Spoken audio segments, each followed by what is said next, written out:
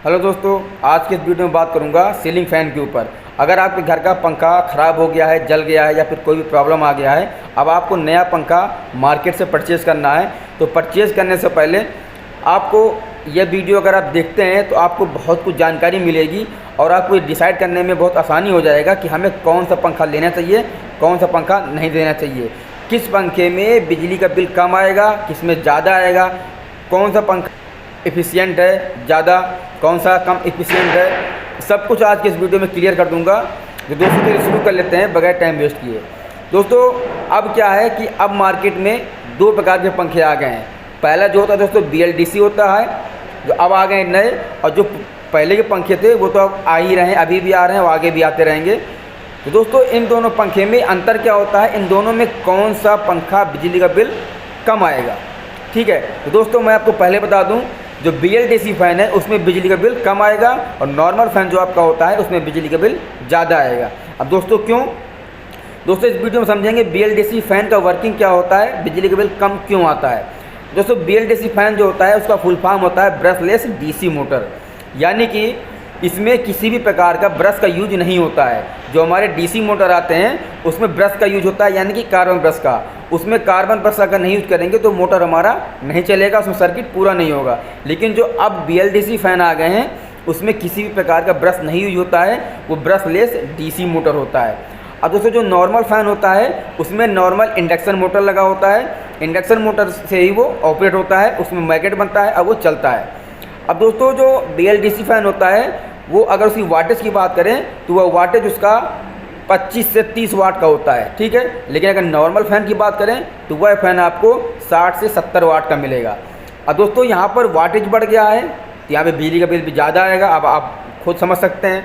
अब यहाँ पर BLDC में वाटेज कम हो गया है तो इसमें बिजली की बिल आपका कम आएगा, लेकिन दोनों के कॉस्ट में बहुत बड़ा अंतर है। क्योंकि BLDC फ़ैन आपको नॉर्मली 3000 रुपये का पड़ेगा, 4000 रुपये का पड़ेगा, लेकिन जो आपका नॉर्मल फ़ैन है वो आपको 1500 रुपये से 1800 रुपये का आपको पड़ेगा अगर बहुत अच्छा पंखा लेंगे।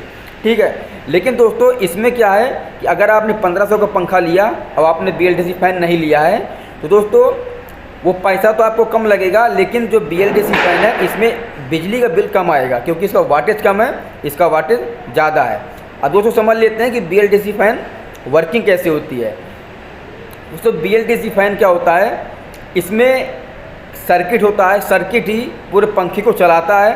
और दोस्तों सर्किट में होता क्या क्या है, एक SMP होता है, एक इन्वर्टर होता है, एक माइक्रो कंट्रोलर होता है। अब दोस्तों क्या होता है कि जब AC सप्लाई हम देंगे 220 वोल्ट, 220 वोल्ट से ये SMP में जाएगा, यानी कि DC देगा, पंखे के बाइंडिंग को DC सप्लाई देगा। फिर वो DC माइक्रो कंट्रोलर में जाएगा। माइक्रो कंट्रोलर दोस्तों इसलिए लगा होता है क्योंकि उसमें पंखा रिमोट से ऑपरेट होता है। जो हमारा नॉर्मल फ़ैन होता है इसमें किसी प्रकार का ऑटो सिस्टम नहीं होता है, ना ही इसको दोस्तों मैनुअली करना पड़ता है। अगर हमको पंखा को बंद करना है, चालू करना है, स्पीड कम करना है, धीमा करना है, तो आपको जहाँ पे आपका बोर्ड लगा होगा वहीं पर होगा। लेकिन जो BLDC फ़ैन होता है इसमें आपका रिमोट लगा होता है, रिमोट से सब कुछ ऑपरेट होता है, कोई भी दिक्कत नहीं आती है। अगर आपको पंखा बंद करना है, चालू करना है, स्पीड कम करना है, ज़्यादा करना है, सब कुछ आपका रिमोट से होगा। लेकिन नॉर्मल फ़ैन में ऐसा नहीं होता है, सब कुछ आपको खुद ही करना पड़ेगा बोर्ड पे जाके, जहाँ भी आपका बोर्ड लगा होगा। अब दोस्तों जो BLDC फ़ैन होता है इसमें 3 प्रकार के सिस्टम लगे होते हैं। पहला दोस्तों होता है SMP लगा होता है, दूसरा माइक्रो कंट्रोलर और तीसरा दोस्तों होता है इन्वर्टर। दोस्तों अब तीनों का काम अलग अलग होता है। हमने 220 वोल्ट AC दिया, SMP में गया, SMP से दोस्तों जाने के बाद ये माइक्रो कंट्रोलर में जाएगा। ठीक है, SMP क्या करेगा, SMP का फुल फॉर्म होता है स्विच मोड पावर सप्लाई। अगर आपको SMP के बारे में फुल डिटेल चाहिए तो दोस्तों आप मुझे कमेंट करिएगा, मैं आपको SMP के बारे में एक अलग से सेपरेट वीडियो बना के दे दूँगा। तो दोस्तों SMP switch mode power supply, अब ये AC को DC में कन्वर्ट करेगा। फिर DC कन्वर्ट करने के बाद ये पंखा का जो माइक्रो कंट्रोलर होगा उसमें जाएगा। माइक्रो कंट्रोलर में दोस्तों इसलिए जाएगा क्योंकि वहीं से पंखे को कमांड मिलता है कि पंखा में जैसा हम रिमोट को ऑपरेट करेंगे पंखा, तो वो माइक्रो कंट्रोलर ही डिसाइड करेगा पंखे को कब चालू करना है, कब बंद करना है, कब उसकी स्पीड कम करना है, कब ज़्यादा करना है। ये सब माइक्रो कंट्रोलर ही करता है, माइक्रो कंट्रोलर ही पंखे को ऑपरेट करता है। अब दोस्तों इसके बाद माइक्रो कंट्रोलर सप्लाई देगा इन्वर्टर को। इन्वर्टर दोस्तों क्या होता है, डीसी को एसी करता है।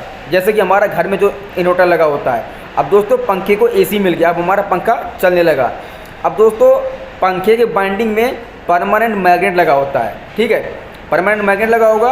और दोस्तों जैसे कि आपको पता है कि जो चुंबक होता है उसके नॉर्थ पोल और साउथ पोल 2 पोल होते हैं। अब अगर 2 चुंबक को अगर नॉर्थ पोल दोनों सेम पोल को अगर एक साथ टच करेंगे तो वो आपस में कभी भी चिपकेंगे नहीं, ठीक है। अगर साउथ पोल अगर हम आपस में टच करेंगे तो कभी भी वो टच नहीं होंगे, चिपकेंगे नहीं।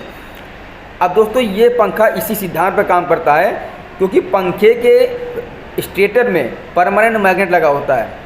परमानेंट मैग्नेट लगा होने के कारण जब हम इसे सप्लाई देंगे तो पंखे में जो मैग्नेट लगा वो परमानेंट, उसमें नॉर्थ पोल साउथ पोल बनेगा। अब इसी प्रकार से ये चलने लगेगा, ठीक है। इसी प्रकार दोस्तों इसमें प्रतिकर्षण होता है और ये चलता रहता है। और BLDC फैन से दोस्तों आप महीने में 60% बिजली का आप बचा सकते हैं, कम कर सकते हैं। और नॉर्मल फ़ैन में आप ऐसा नहीं कर सकते हैं, क्योंकि इसका वाटेज ज़्यादा होता है नॉर्मल फ़ैन का और BLDC फ़ैन का कम होता है। BLDC फ़ैन आपको 25 से 30 वाट में मिल जाएगा, जबकि नॉर्मल फ़ैन आपको 60 से 70 वाट में मिलता है। दोस्तों आपको छोटी जानकारी कैसे लगी है, अगर अच्छी लगी हो तो चैनल को सब्सक्राइब कीजिएगा। सब्सक्राइब करने के बाद बेल आइकन बटन जरूर दबा दीजिएगा, अपने दोस्तों में शेयर कीजिएगा। नमस्कार दोस्तों।